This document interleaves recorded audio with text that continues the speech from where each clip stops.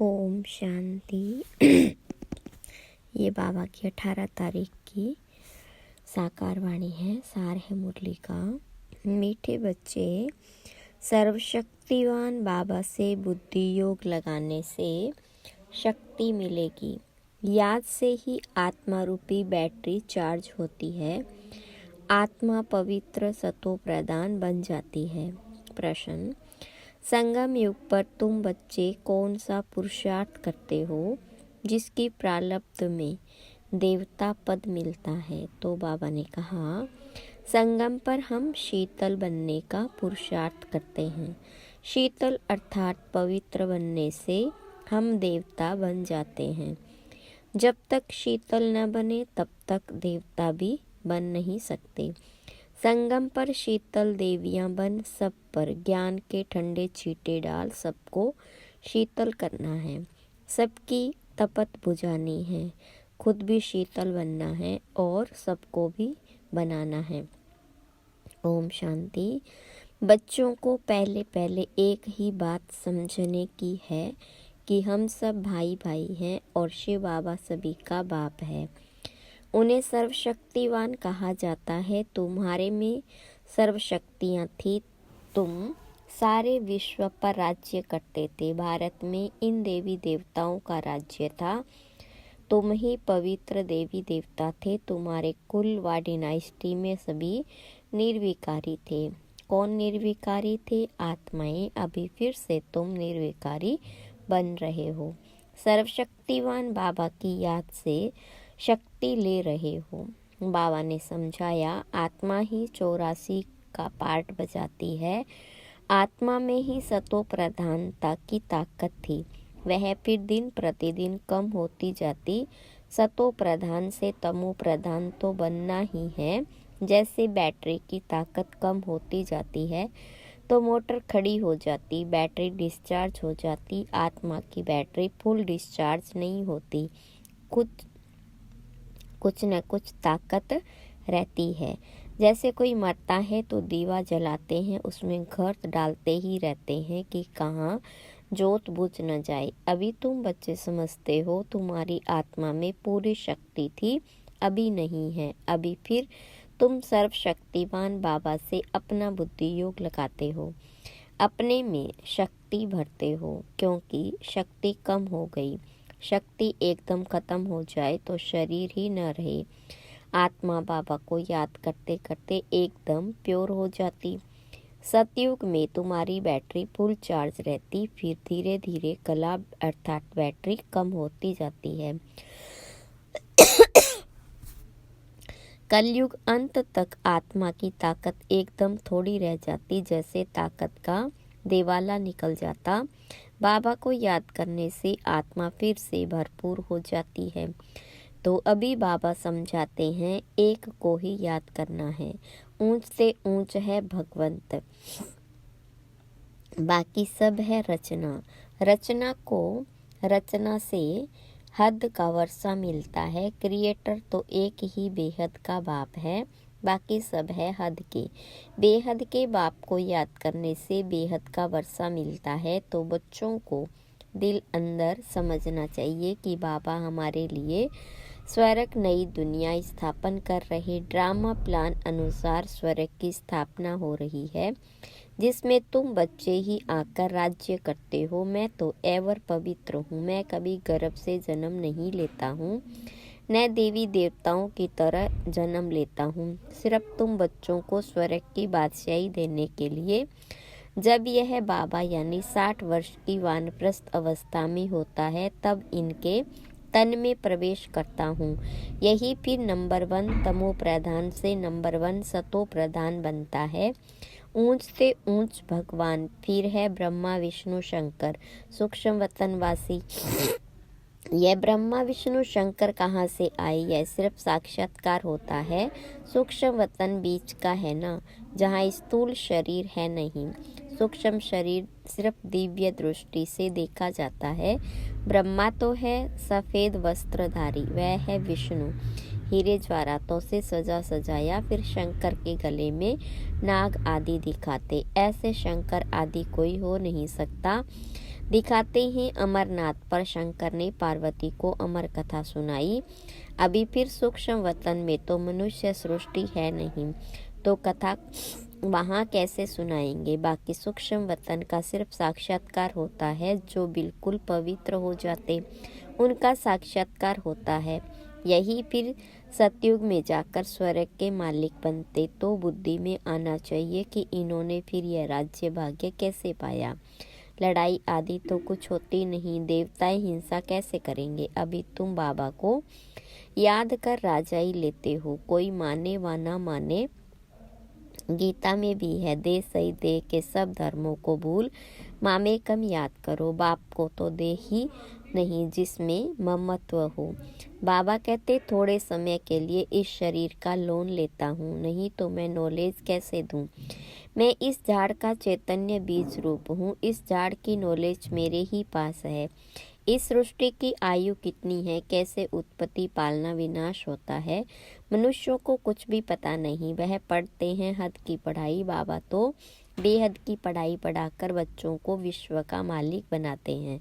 भगवान कभी देहधारी मनुष्य को नहीं कहा जाता, इन्हों को यानी ब्रह्मा विष्णु शंकर को भी अपनी सूक्ष्म देह है, इसलिए इन्हें भी भगवान नहीं कहेंगे। यह शरीर तो इस दादा की आत्मा का तख्त है, अकाल तख्त है ना। अभी यह अकाल मूर्त बाबा का तख्त है। अमृतसर में भी अकाल तख्त बड़े बड़े जो होते वहाँ अकाल तख्त पर जाकर बैठते। अभी बाबा समझाते यह सब आत्माओं का अकाल तख्त है।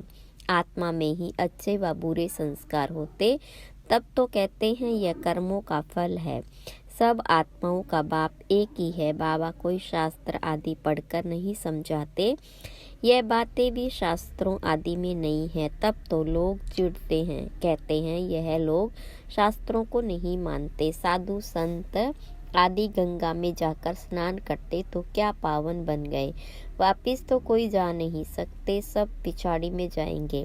जैसे मकड़ों का झुंड व मक्खियों का झुंड जाता है, मक्खियों में भी क्वीन होती, उनके पिछाड़ी सभी जाते। बाबा भी जाएंगे तो उनके पिछाड़ी सब आत्माएं भी जाएगी। मूल वतन में भी जैसे सभी आत्माओं का झुंड है यहाँ फिर है सभी मनुष्यों का झुंड, तो यह झुंड भी एक दिन भागना है। बाबा आकर सभी आत्माओं को ले जाते। शिव की बारात गई हुई है, बच्चे कहो व बच्चियां कहो, बाबा आकर बच्चों को याद की यात्रा सिखलाते। पवित्र बनने बगैर आत्मा घर वापस जा नहीं सकती। जब पवित्र बन जाएगी तो पहले शांति धाम में जाएगी, फिर वहाँ से आहिस्ते आहिस्ते आते रहते हैं, वृद्धि होती रहती है। राजधानी बननी है ना, सभी इकट्ठे नहीं आते। झाड़ आहिस्ते आहिस्ते वृद्धि को पाता है ना। पहले पहले आदि सनातन देवी देवता धर्म है जो बाबा ही स्थापन करते। ब्राह्मण भी पहले पहले वही बनते जिन्हें देवता बनना है। प्रजापिता ब्रह्मा तो है ना, प्रजा में भी भाई बहन हो जाते। ब्रह्मा कुमार कुमारियां तो यहाँ ढेर बनते। जरूर निश्चय बुद्धि होंगे तब तो इतने ढेर मार्क्स लेते। तुम्हारे में जो पक्के हैं वह वहाँ पहले आते, कच्चे वाले पिछाड़ी में ही आएंगे। मूल वतन में सभी आत्माएं रहती है, फिर नीचे आती है तो वृद्धि होती जाती। शरीर बिगर आत्मा कैसे पार्ट बजाएगी। यह पार्टधारियों की दुनिया है जो चारों युगों में फिरती रहती। सतयुग में हम सो देवता थे, फिर क्षत्रिय वैश्य शूद्र बनते हैं। अभी यह है पुरुषोत्तम संगम युग। यह युग अभी ही बनता है जबकि बाबा आते हैं। यह अभी बेहद की नॉलेज बेहद का बाप ही देते हैं। शिव बाबा को अपने शरीर का कोई नाम नहीं, यह शरीर तो इस दादा का है। बाबा ने थोड़े समय के लिए यह लोन लिया है।